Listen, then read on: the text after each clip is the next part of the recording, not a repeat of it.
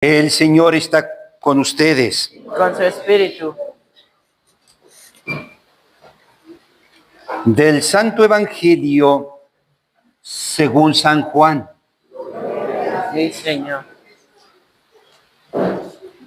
Hermanos, nos encontramos en el segundo domingo del tiempo de la Pascua. Segundo domingo del tiempo de la Pascua.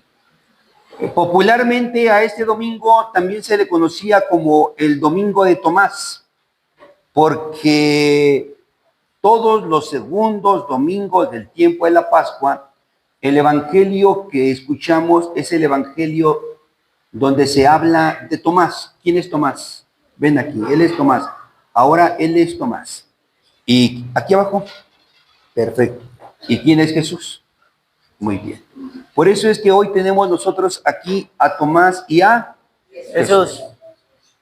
Pero ya con el Papa Juan Pablo, también a este segundo domingo del tiempo de la Pascua, comenzó a llamársele el Domingo del Señor de la Misericordia. Por eso es que ahora tenemos la imagen del Señor de la Misericordia. Entonces, lo que voy a hacer hoy es hacer una breve palabra, un breve comentario sobre Tomás y luego un comentario sobre la celebración del Señor de la Misericordia. Dice el Evangelio que al anochecer del mismo día de la resurrección estaban cerradas las puertas de la casa donde se hallaban los discípulos por miedo a los judíos. Después de la muerte de Jesús, los discípulos se llenaron de miedo y se fueron a esconder, porque tenían miedo pequeños que les pasara lo mismo que le habían hecho a Jesús. Tenían miedo que también a ellos los mataran y los crucificaran, y por eso se fueron a esconder. Porque tenían miedo. ¿Ustedes tienen miedo? ¿Son miedosos o no son miedosos? Hoy, ¿no? A ver, levanten la mano los que no tienen miedo. Los que son valientes, ¿seguros? A ver, Sí. ya iremos viendo aquí. Entonces dice, se presentó Jesús en medio de ellos, por eso aquí tenemos a Jesús, y les dijo, la paz esté con ustedes. La paz esté con ustedes. ¿Cómo les dijo? La paz esté con ustedes. Y dice que les mostró las manos y el costado. Y cuando los discípulos vieron al Señor, se llenaron de alegría. Todos ponemos cara de alegría. Eso.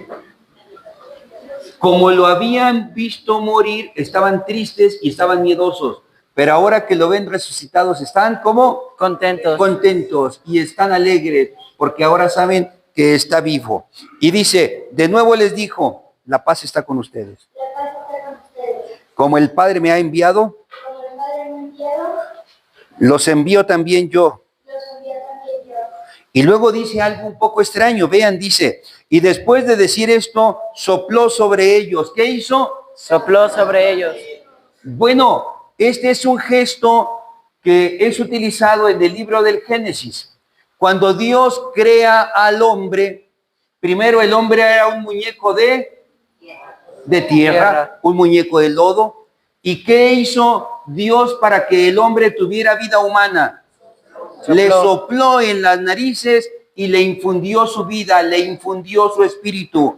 Ahora Jesús, como Dios, está soplando sobre ese hombre para comunicarle su espíritu.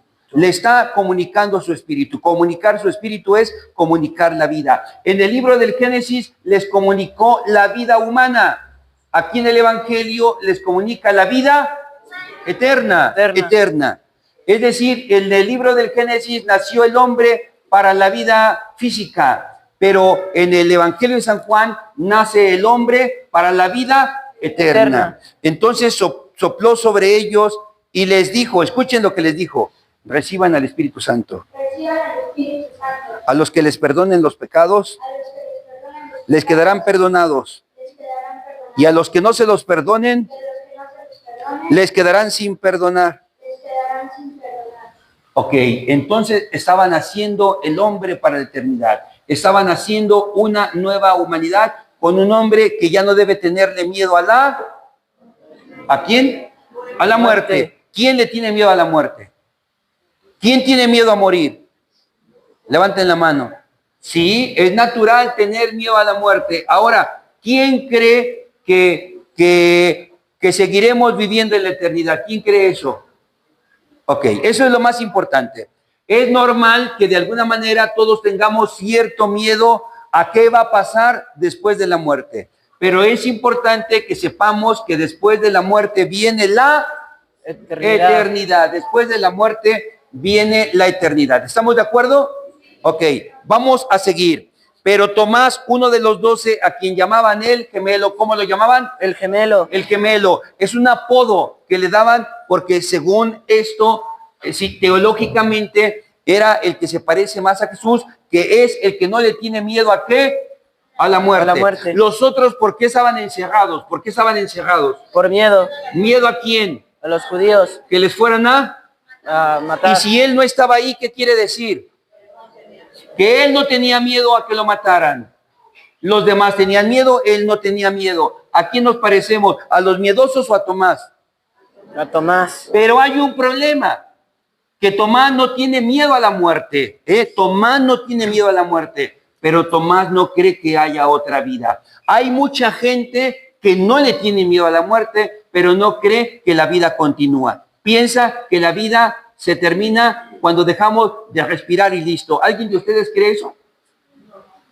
¿Que ya cuando dejaron de respirar se acabó todo?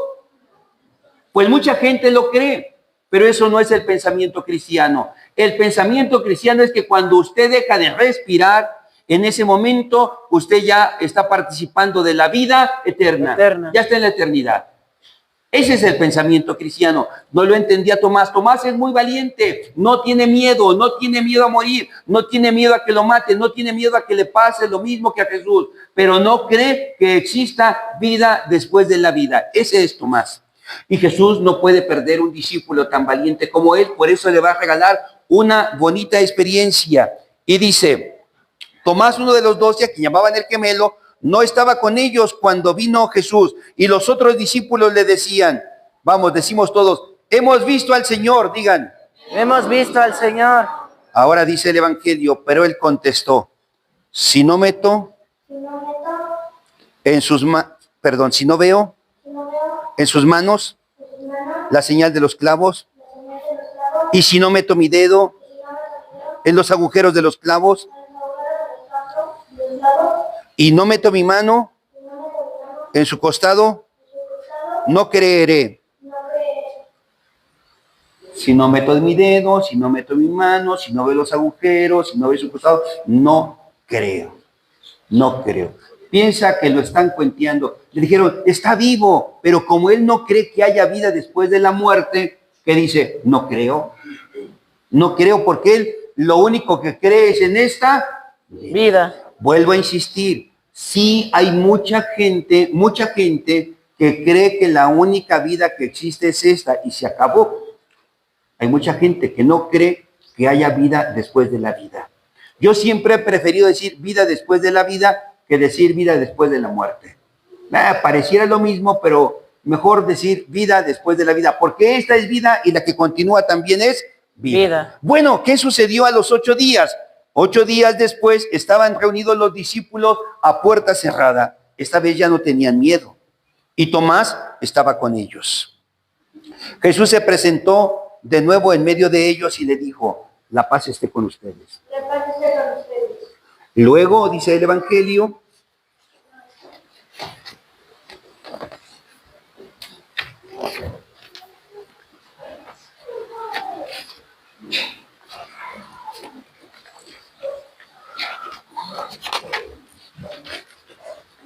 luego le dijo a Tomás, le vas a decir a Tomás, dile,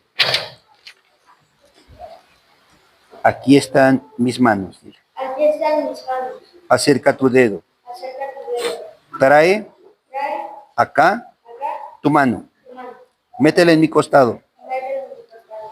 Y no sigas dudando, Y no sigas dudando. sino cree. Si no crees. Tomás le respondió, Señor mío Señor mío y Dios mío. y Dios mío. Jesús añadió, tú crees porque me has visto. Tú crees porque me has visto. Dichosos Dichosos los que creen los que creen sin haber visto. Entonces, a los 8 días estaba ahí Tomás. Tomás, ¿qué habías dicho?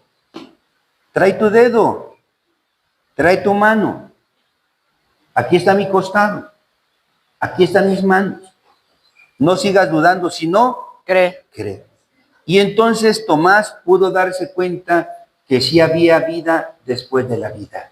Y que Jesús estaba vivo y que Jesús no era un fantasma, sino que realmente Jesús estaba vivo y dijo la profesión de fe más hermosa que encontramos en los evangelios.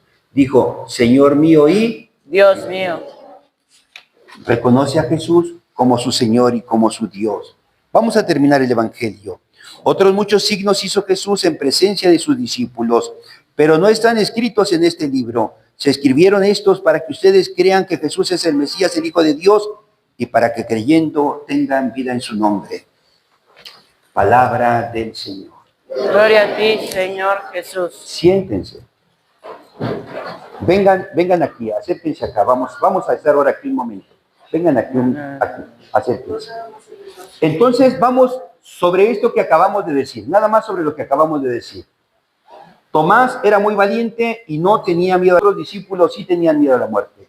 Jesús se hace presente para que los discípulos no tengan miedo a la muerte.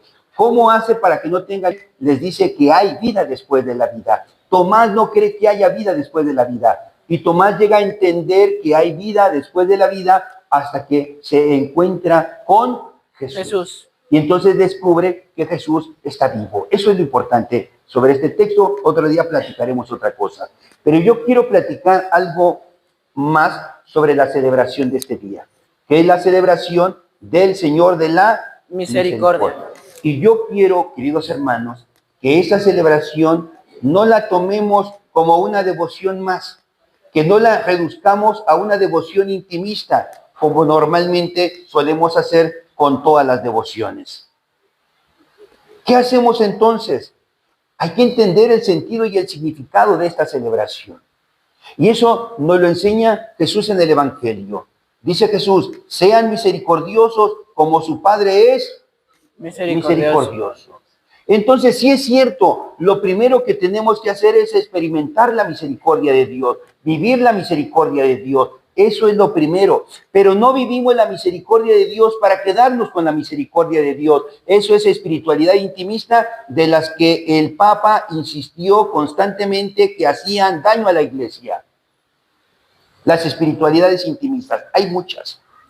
Entonces se trata de que yo conozca y experimente la misericordia de Jesús hacia mí, la misericordia de Dios hacia mí, y yo me vuelva también misericordioso. Porque si yo no soy misericordioso con los demás, si no vivo y practico la misericordia con los demás, escuchen, de nada me sirve que me levante a las 3 de la mañana a hacer la oración al Señor de la Misericordia. Porque hay personas devotas del Señor de la Misericordia que se levantan todos los días a las 3 de la mañana a hacer la oración, pero no son misericordiosos con los demás. ¿Ustedes creen que eso cuente? No. Hay personas que hacen la novena al Señor de la Misericordia, pero no son misericordiosos con los demás. Hay quienes hacen su coronilla al Señor de la Misericordia, pero no son misericordiosos con los demás. ¿Ustedes creen que eso cuente y eso vale? No.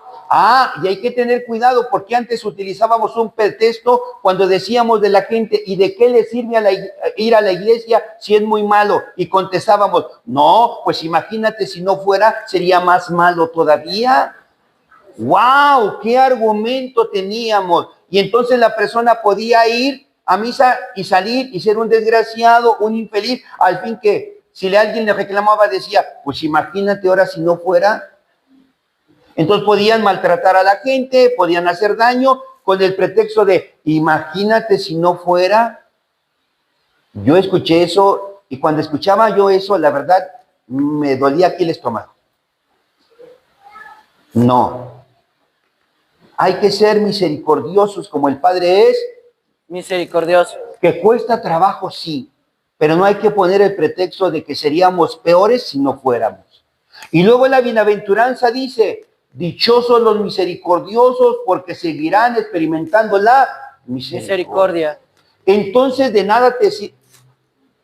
Pero yo creo que ninguno de ustedes se levanta a las 3 de la mañana a hacer la oración al Señor de la Misericordia, ¿o sí? Con trabajo se levantan a las 6, van a andarse levantando.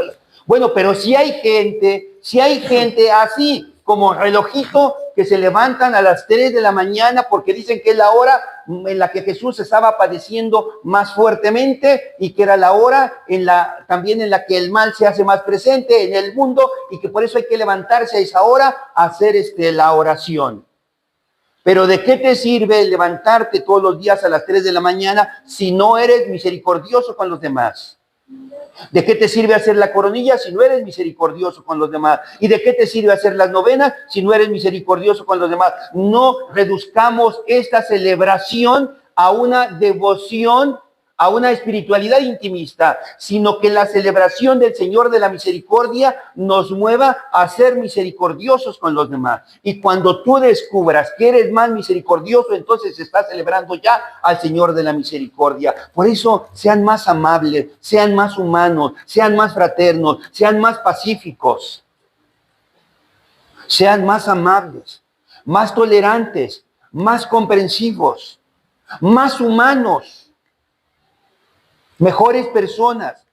Y esa será la mejor manera de honrar a Jesús, el Señor de la Misericordia. Porque ¿de qué sirve que tú tengas un cuadro tamaño jumbo en tu casa o tengas una imagen de bulto en tu casa, tu veladora roja con azul, si no eres misericordioso con los demás? ¿Dónde se muestra y se demuestra que alguien honra al Señor de la Misericordia? En que es misericordioso con los demás. Y eso, hermanos, definitivamente es lo más importante. Pues que salgamos de aquí con el deseo de verdad de vivir la misericordia con todos aquellos con los que nos encontremos. Que así sea. Amén.